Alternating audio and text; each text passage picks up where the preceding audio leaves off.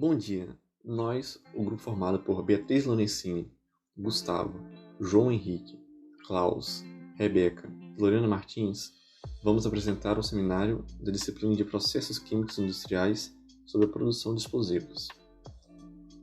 A definição de explosivos é uma substância que, sob o choque térmico ou mecânico, se decompõe de maneira rápida e espontânea, liberando uma grande quantidade de calor e gases.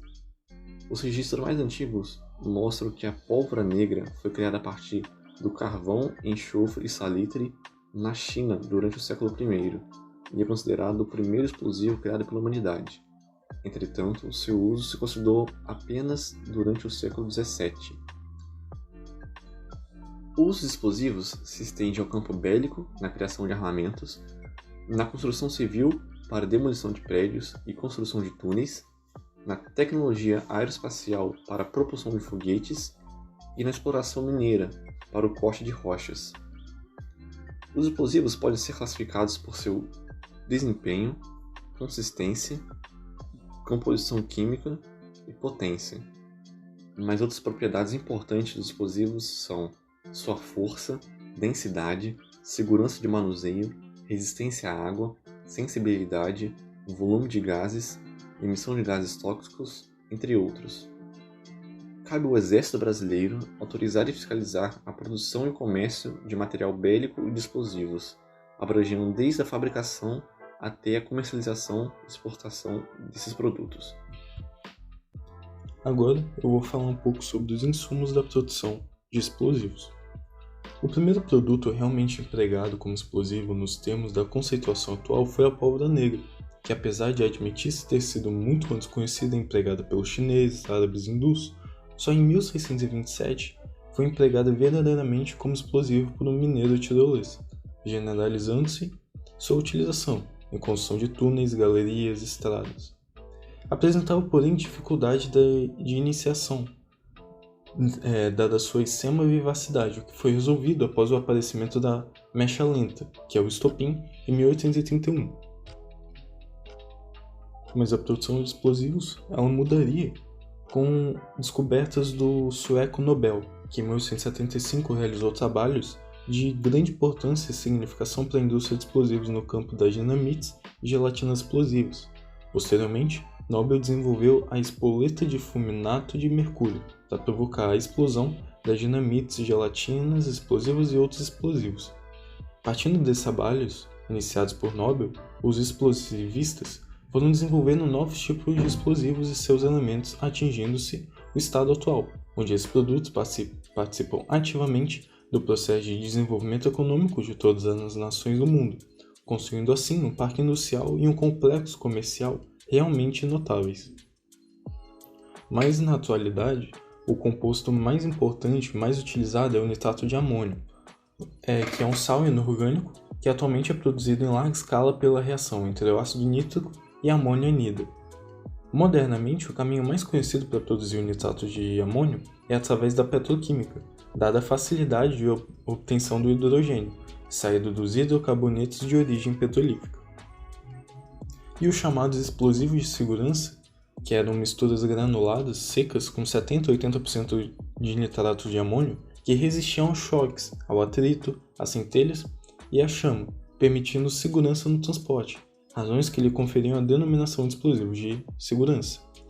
Eram, porém, de difícil iniciação e muito higroscópicas, ou seja, ela absorvia muita água. O nitrato de amônio, então, passou a ser largamente empregado nas dinamites amoniacais, que representam atualmente mais de 70% das dinamites produzidas no mundo, causando uma queda de 20% na produção mundial de nitroglicerina, que era o insumo anterior ao nitrato de amônio. Bom, agora eu vou falar sobre o processo de produção da nitroglicerina. Para minimizar os constantes acidentes ocorridos durante a produção da nitroglicerina ao longo dos anos, foram adotadas novas técnicas cada vez mais restritas e cautelosas.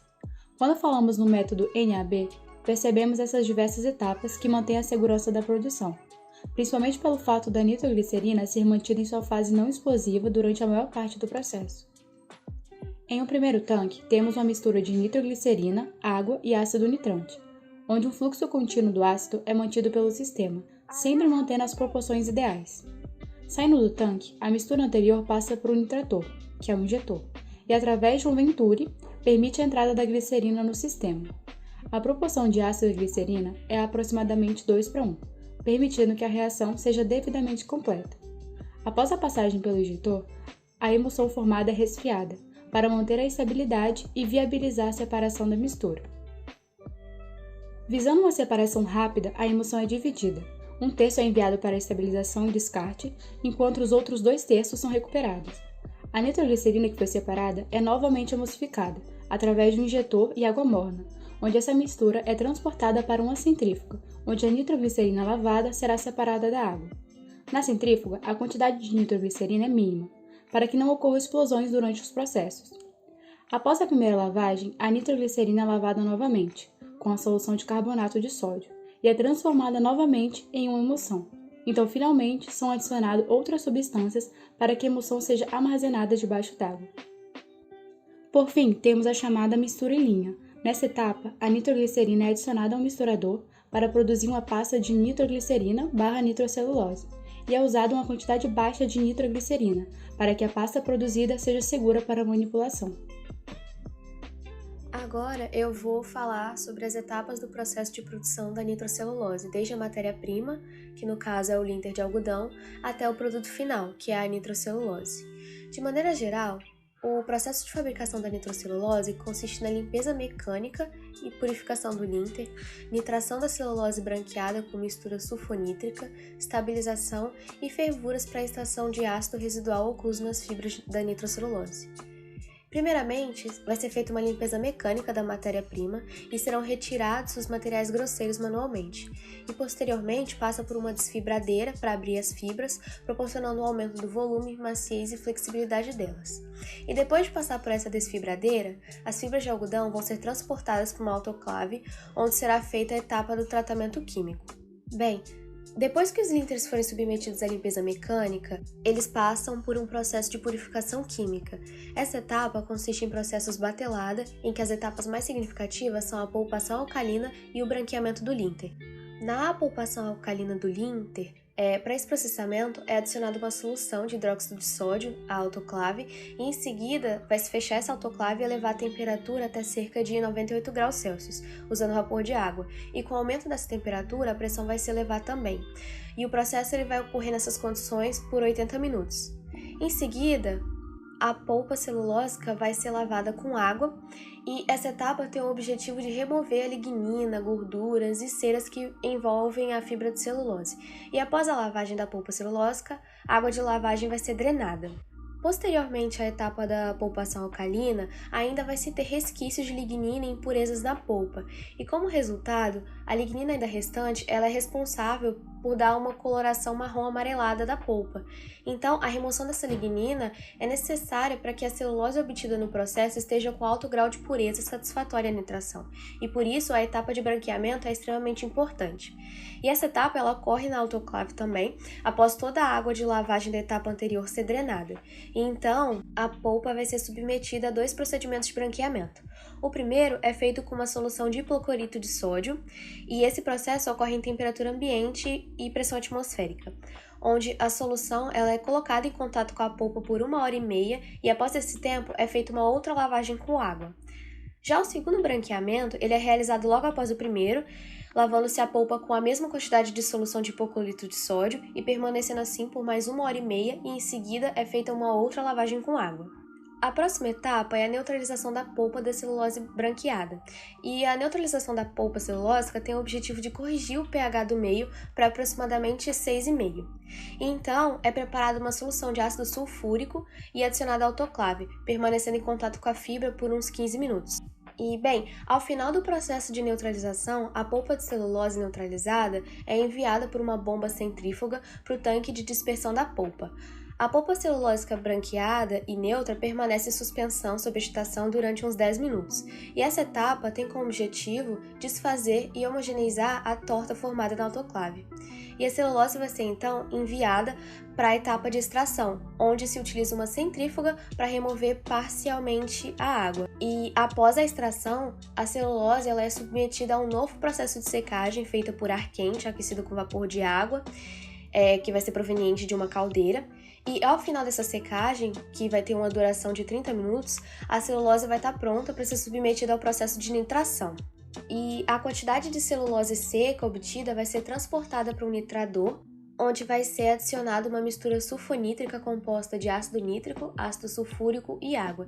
E a reação vai ocorrer a uma temperatura próxima de 30 graus Celsius por aproximadamente uns 25 minutos. E após decorrido o tempo, toda a carga do nitrador ele cai em uma centrífuga, onde os ácidos são expelidos do nitrato de celulose. E a nitrocelulose obtida ela ainda possui quantidade de ácidos residuais e umidade acima do desejado, e por isso a nitrocelulose ela vai ser submetida a um processo de estabilização. E essa estabilização visa remover toda a acidez residual presente nas fibras da nitrocelulose.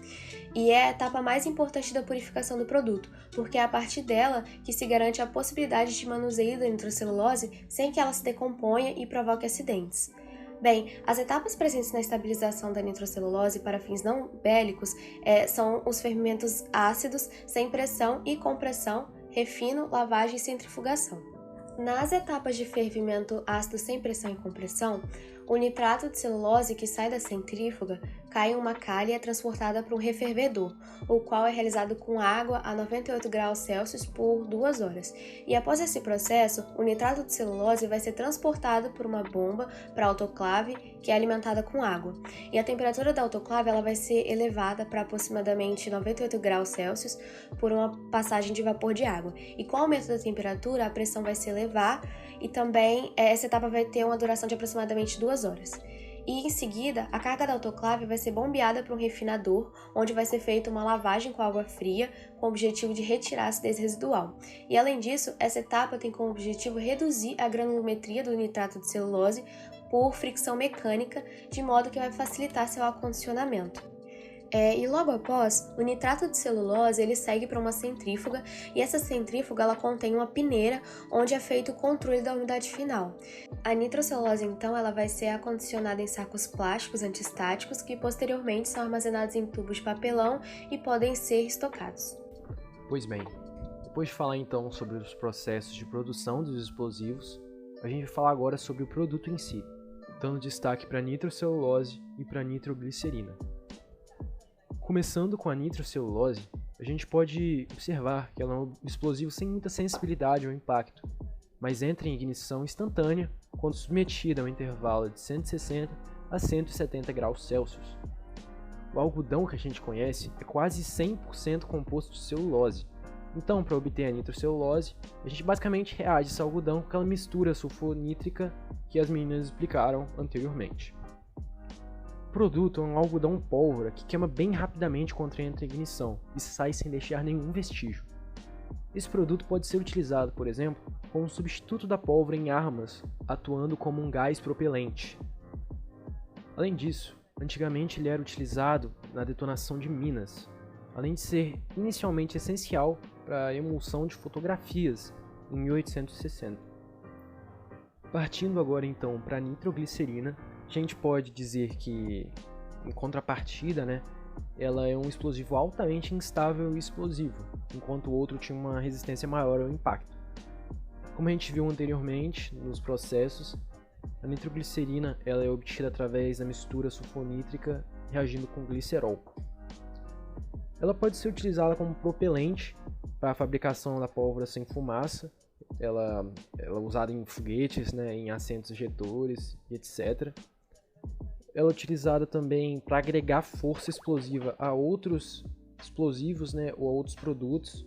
A dinamite, por exemplo, inventada por Alfred Nobel em 1867, ela meio que foi uma adição da nitroglicerina a outra mistura, assim como também é o caso da balistita e da cordite, que são combinações de nitroglicerina com nitrocelulose, mesmo que em diferentes concentrações, e proporções elas são utilizadas para produzir munições sem fumaça. Assim, então, se verifica a importância que a indústria de explosivos tem para o Brasil. O progresso do Brasil em todas suas facetas acaba exigindo mais explosivos. Em qualquer construção, se pode dizer que houve a necessidade do uso desse material. Represas, minerações, estradas, túneis, residências não se fazem sem o uso de explosivos, que assumem dessa forma o aspecto de uma indústria de real significação para o desenvolvimento nacional. Portanto, desde o primeiro produto realmente empregado como um explosivo, houveram estudos por pesquisadores para assim serem descobertos outros produtos para essa finalidade, chegando assim nos explosivos nitroglicerinados, até o emprego mais conveniente do nitrato de amônio, que foi usado tanto para fertilizantes quanto para o uso explosivo. Evidentemente, pela sua própria natureza, a indústria de explosivos apresenta aspectos peculiares, tornando-se possivelmente a mais gravosa das indústrias químicas. Podemos citar, entre outras, as seguintes peculiaridades. Há a técnica muito especializada e perigosa e pouco conhecida pelos engenheiros químicos brasileiros. Também há a mão de obra especializada, rara, acarretando o pagamento de taxas e o cumprimento de exigências especiais feitas pelo Ministério do Trabalho. Há pesados tributos fiscais, além da permanente fiscalização por parte do Exército e das autoridades policiais e trabalhistas. Também há o seguro impraticável de tão caro. Também o sistema de segurança complexo e rigoroso, obrigando o cumprimento das condições técnicas para o seu funcionamento constante dos regulamentos. Além disso, há o armazenamento peculiar, exigindo paióis adequados, vigilância constante, controle de temperatura e de teores de umidade, exames periódicos, limitação de quantidades a depositar. Esses fatos que se apresentam como obstáculos ao crescimento das atividades do ramo, especialmente quanto aos comerciantes e utilizadores dos pequenos centros, entre outras peculiaridades. Portanto, num país como o Brasil, onde são inúmeros os ramos de atividade industrial, sem os obstáculos das indústrias de explosivos e ainda mais rentáveis, é fácil entender o desinteresse dos investidores nesse campo. Só mesmo criando condições favoráveis é que o país passará a contar com novos investimentos nessa atividade.